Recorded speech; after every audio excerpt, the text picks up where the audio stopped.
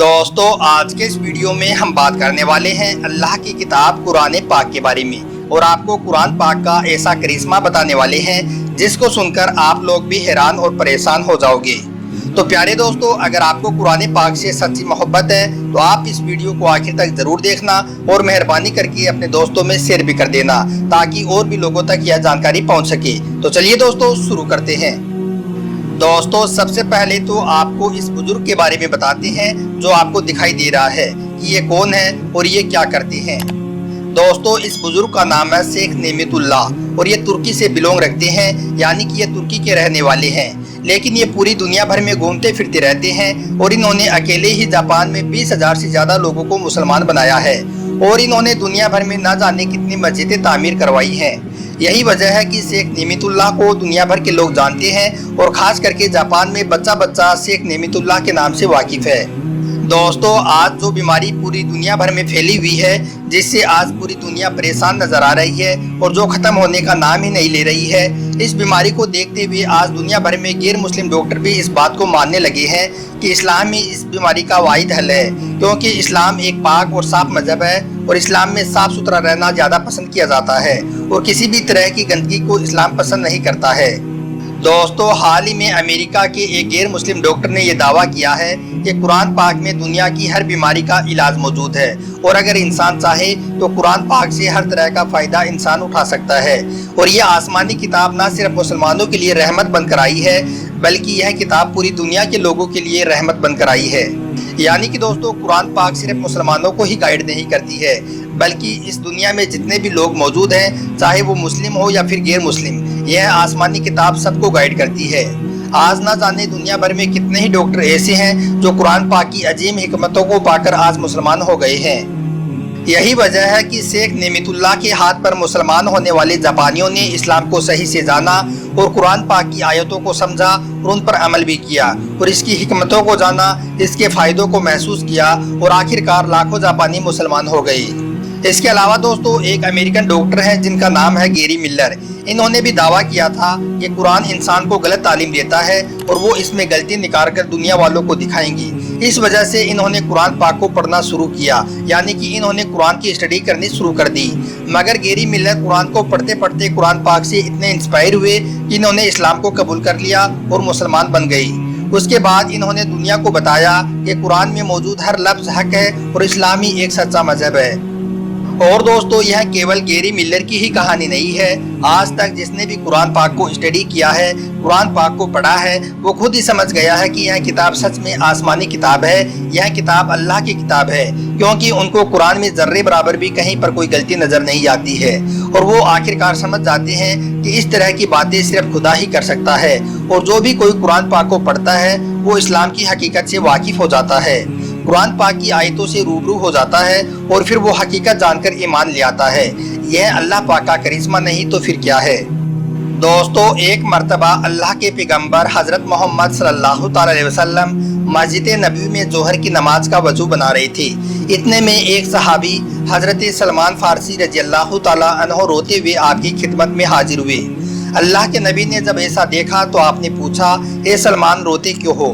तो हज़रत सलमान फारसी रज़ियल्लाहु ताला अन्हु ने फरमाया, ए अल्लाह के रसूल, मेरा एक जवान बेटा है जो अभी बहुत बीमार है। मुझे डर है कि मैं यह नमाज पढ़कर घर जाऊं और कहीं मेरा बेटा अल्लाह का प्यारा ना हो जाए, यानी कि वो इंतकाल ना कर जाए। ए अल्लाह के रसूल, इसलिए मैं रो रहा हूँ। हज़रत सलमान फारसी रज़ियल्लाहु ताला अन्हु की ये बातें सुनकर अल्लाह के पैगंबर हज़रत मोहम्मद सल्लल्लाहु अलैहि वसल्लम ने इरशाद फरमाया, ए सलमान, एक पानी का भरा हुआ प्याला लेकर आओ।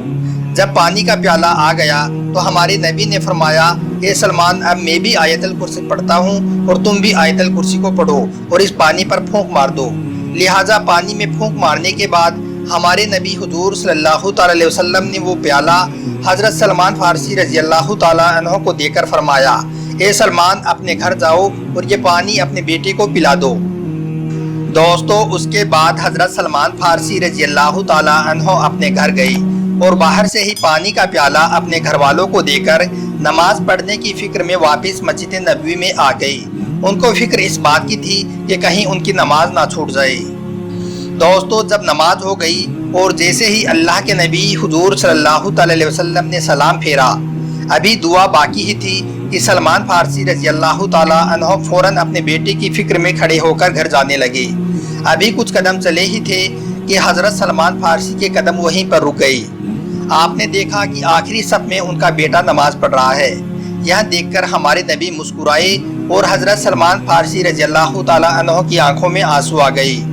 अल्लाह के नबी हुजूर सल्लल्लाहु अलैहि वसल्लम ने फरमाया, ए सलमान, जहाँ पर दुनिया की सारी दवाएं काम करना बंद कर देती है, वहाँ से आयतल कुर्सी अपना काम करना शुरू करती है। चलिए दोस्तों, अब आपको बताते हैं कि अल्लाह की यह किताब कुरान पाक इस ज़मीन पर कैसे आई और इसमें क्या लिखा हुआ है। दोस्तों, जब इस ज़मीन पर बुराई ज़्यादा बढ़ गई, यानी कि बुरे काम ज़्यादा होने लगे, तो अल्लाह ने हज़रत मोहम्मद सल्लल्लाहु अलैहि वसल्लम को अपना नबी यानी कि अपना पैगंबर बनाकर इस दुनिया में भेजा और उनको दुनिया में हो रही बुराइयों को ख़त्म करने का हुक्म दिया। यानी कि इस दुनिया में लोगों को सही रास्ता दिखाने के लिए अल्लाह ने हज़रत मोहम्मद सल्लल्लाहु अलैहि वसल्लम को अपना नबी बनाकर इस दुनिया में भेजा। उसके बाद जब अल्लाह ताला को अपनी बात यानी कि अपना कोई ख़ास मैसेज लोगों तक पहुंचाना होता, तो अल्लाह अपने एक ख़ास फरिश्ते जिनका नाम हज़रत जिब्राइल अलैहिस्सलाम है, उनके ज़रिए से अपनी बात को हज़रत मोहम्मद सल्लल्लाहु अलैहि वसल्लम तक भेज देते। फिर अल्लाह के इस मैसेज को हज़रत मोहम्मद सल्लल्लाहु अलैहि वसल्लम दूसरे लोगों तक पहुंचा देते थे। दोस्तों, अल्लाह के इन सारे मैसेज को उस वक्त के लोग याद कर लेते थे और उन बातों को वो एक जगह पर लिख भी लेते थे। बाद में अल्लाह के इन सारी बातों को यानी कि इन सारे मैसेज को इकट्ठा किया गया, इन सारों को कलेक्ट किया गया और फिर यह कुरान पाक बनी। मतलब कि दोस्तों, कुरान पाक के सेंटेंस वर्ड अल्लाह के सेंटेंस वर्ड है। अल्लाह पाक ने जैसा कहा वैसे के वैसा ही याद कर लिया गया और वैसे के वैसा ही लिख लिया गया। और दोस्तों, अल्लाह पाक ने कुरान पाक के बारे में फरमाया है कि बेशक कुरान को हमने पैदा किया है और बेशक हम खुद ही इसकी हिफाजत करने वाले हैं। इसी वजह से बहुत सी जगह कुरान का करिश्मा भी देखा गया है, जिससे ये साबित भी होता है कि कुरान की हिफाजत करने वाले बेशक अल्लाह पाक की ज़ात है। दोस्तों, इसी वजह से आज तक कुरान पाक में ना तो कोई बदलाव यानी कि चेंजिंग हुई है और इनसे अल्लाह ना ही कभी इसमें कोई बदलाव हो पाएगा। दोस्तों, कुरान पाक में अल्लाह ने लोगों को सही तरीके से ज़िंदगी जीने का सलीका बताया है। अल्लाह ताला ने एक इंसान को कुरान के ज़रिए ये बताया है कि उसको किस तरह से इस दुनिया में अच्छे काम करते हुए अपनी ज़िंदगी गुजारनी है।